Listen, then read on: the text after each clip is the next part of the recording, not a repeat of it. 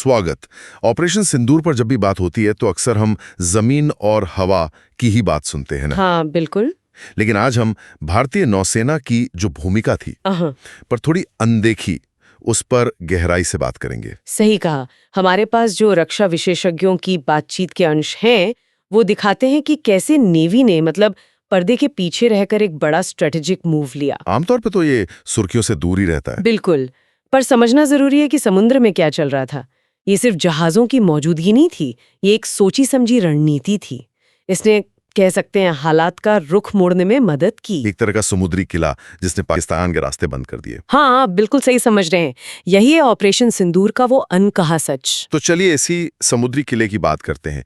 ये उत्तरी अरब सागर में क्या तैनाती थी, कैसी बिसात बिछी थी? देखिए, ऑपरेशन के दौरान इंडियन नेवी ने अपनी सबसे ताकतवर team carrier battle group CBG उसे उत्तरी अरब सागर में उतारा। सीबीजी? हाँ, और इसको लीड कर रहा था अपना स्वदेशी एयरक्राफ्ट कैरियर आईएनएस विक्रांत। अच्छा, विक्रांत। हाँ। और सिर्फ विक्रांत नहीं, उसके साथ डिस्ट्रॉयर्स थे, फ्रिगेट्स थे, पूरी सुरक्षा के साथ।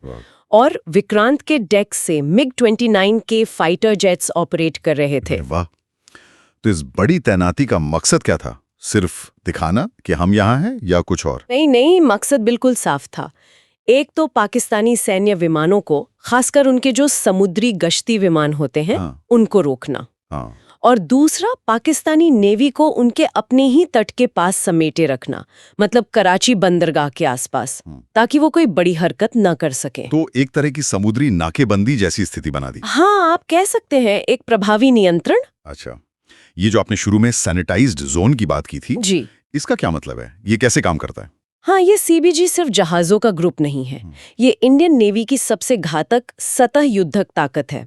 इसमें जो मिग-29 के हैं, वो modern radar, missile, data link सबसे लैस हैं। फिर इनकी और पूरे ग्रुप की सुरक्षा के लिए अपने देश में बने डिस्ट्रॉयर्स हैं, विशाखापट्टनम या कलकत्ता क्लास के, फ्रिगेट्स हैं, इन पर लगे हैं एडवांस्ड एमएफ स्टार रडार। ये इजरायली वाले? हाँ, वही। ये सैकड़ों किलोमीटर दूर से खतरे को पहचान लेते हैं। अच्छा। और फिर बराक 8 जैसी मिसाइलें हैं जो दुश्मन की मिसाइलों या विमानों को हवा में ही मार गिरा सकती हैं। अच्छा। तो इन सब ने मिलकर कई 100 किलोमीटर का एक ऐसा सुरक्षित एरिया बना दिया था, सैनिटाइज जोन, जहां हमारी नजर से बचकर किसी का भी घुसना लगभग नामुमकिन था। तो इस किलेबंदी का सीधा असर पाकिस्तानी नौसेना पर क्या पड़ा? क्या इसीलिए कहा गया कि वो केजडन हो गए थे, पिंजड़े में बंद? बिल्कुल, नेवी के अधिकारियों के शब्दों में यही कहा गया। पाकिस्तानी नेवी कराची बंदरगाह या उसके बिल्कुल करीब रहने को मजबूर हो गई थी। वजह साफ थी। एक तो हमारी मारक क्षमता ज्यादा है, खासकर ब्रह्मोस मिसाइल। हाँ, ब्रह्मोस की रेंज तो काफी है। हाँ, 300 किलोमीटर तक वो बंदरगाह पर खड़े जहाज को भी निशाना बना सकती है। इसके अलावा हमारी टेक्नोलॉजी बेहतर है, जहाजों की संख्या भी ज्यादा थी, तो खुले समुद्र में आकर हमारे सीबीजी से टकराने का खतरा वो नहीं उठाना चाहते थे। लेकिन क्या उनके पास कोई और विकल्प नहीं था, जैसे छोटी नावें या पनडुब्बियां? इनसे कुछ चुनौती नहीं दे सकते थे? देखिए, चुनौती तो हमेशा रहती है, खासकर पनडुब्बियों से खतरा रहता है। हाँ। पर भारत की जो स्कॉर्पियन क्लास पनडुब्बियां हैं, वो तकनीकी तौर पर पाकिस्तानी पनडुब्बियों से काफी एडवांस्ड मानी जाती हैं।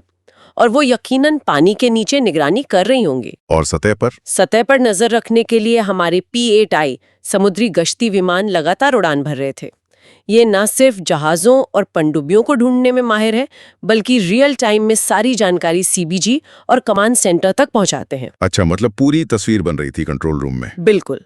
तो किसी छोटी मोटी हरकत का जवाब देने के लिए नेवी पूरी तैयार थी। और अगर भगवान ना करे हालात ज्यादा बिगड़ जाते, तनाव बढ़ जाता, तो क्या बड़े हमले की भी तैयारी थी, जैसे कराची पर हमला? तैयारी तो देखिए हमेशा पूरी रखनी पड़ती है। अगर तनाव बहुत बढ़ जाता तो नौसेना कराची जैसे अहम ठिकानों पर हमला करने में सक्षम थी। कैसे, किन हथियारों से? इसमें आईएनएस विक्रांत से उड़ने वाले मिग-29 के शामिल होते, जिनसे रैम्पेज जैसी सटीक मिसाइलें दागी जा सकती हैं। जहाजों से ब्रह्मोस का इस्तेमाल होता, P-8I विमान और ड्रोन्स भी अपना रोल निभाते। जाहिर है ऐसे वे जवाबी हमले का भी खतरा रहता। बिल्कुल, और उसी जवाबी हमले से बचने के लिए खासकर क्रूज मिसाइलों से वो एमएफ स्टार रडार और बराक 8 मिसाइल डिफेंस सिस्टम बहुत महत्वपूर्ण हो जाते। ये तैयारी तो जबरदस्त लगती है। और इसमें दिलचस्प बात यह है कि बहुत सारे जहाज और हथियार अब भारत में ही बन रहे हैं। मेड इन इंडिया का कितना बड़ा रोल था इसमें? बहुत बड़ा रोल था और बढ़ता जा रहा है। आज नेवी के जो सबसे नए और ताकतवर जहाज हैं, जैसे विशाखापट्टनम क्लास, कोलकाता क्लास या शिवालिक और नीलगिरी क्लास के फ्रिगेट, ये सब भारत में ही डिजाइन और बनाए गए हैं। अच्छा। इनमें 70% से ज्यादा स्वदेशी सामान लगा है। हाँ, ये बात सही है कि कुछ बहुत जरूरी टेक्नोलॉजी जैसे इंजन शायद यूक्रेन से या रडार और मिसाइल सिस्टम इजराइल से लिए गए हैं, लेकिन उन्हें भारतीय डिजाइन में बहुत अच्छे से इंटीग्रेट किया गया है। ये आत्मनिर्भरता की दिशा में एक बहुत बड़ा कदम है। सही बात है। अच्छा, क्या इस पूरे ऑपरेशन का कोई परमाणु पहलू या कोई और बड़ा रणनीतिक एंगल भी था? देखिए, भारत की जो परमाणु पनडुब्बियां हैं, जैसे INS अरिहंत, उनका मुख्य काम रणनीतिक निवारण का होता है, मतलब स्ट्रेटेजिक डिटरेंस। हाँ, डराना। हाँ, एक तरह से दुश्मन को ये संदेश देना कि हमारे पास परमाणु हमला करने और उसका जवाब देने दोनों की क्षमता है। अब इस ऑपरेशन में उनकी सीधी भूमिका थी या नहीं, ये तो अटकलों का विषय है। पर ऐसे तनाव में उनकी तैनाती हो सकती है। बिल्कुल, उनकी मौजूदगी से इनकार नहीं किया जा सकता। वो एक मूक संदेश होता है। इसके अलावा ये भी ध्यान रखना होगा कि नेवी सिर्फ पाकिस्तान पर ही फोकस नहीं करती।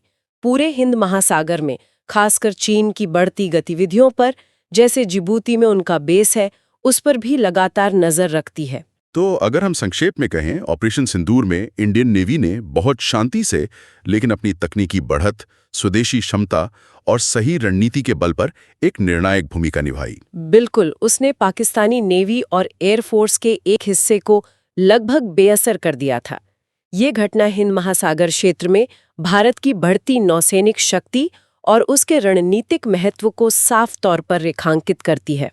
वाकई, ये पहलू अक्सर चर्चा से छूट जाता है। अब यहाँ एक सवाल सोचने पर मजबूर करता है। जैसे जैसे भारतीय नौसेना की स्वदेशी क्षमताएं और उसकी पहुंच बढ़ रही है, तो भविष्य में हिंद महासागर में उसकी भूमिका कैसे बदलेगी? खासकर पाकिस्तान से आगे बढ़कर चीन जैसी दूसरी ताकतों के संदर्भ में उसकी प्राथमिकताएं क्या होंगी? ये देखने वाली बात होगी।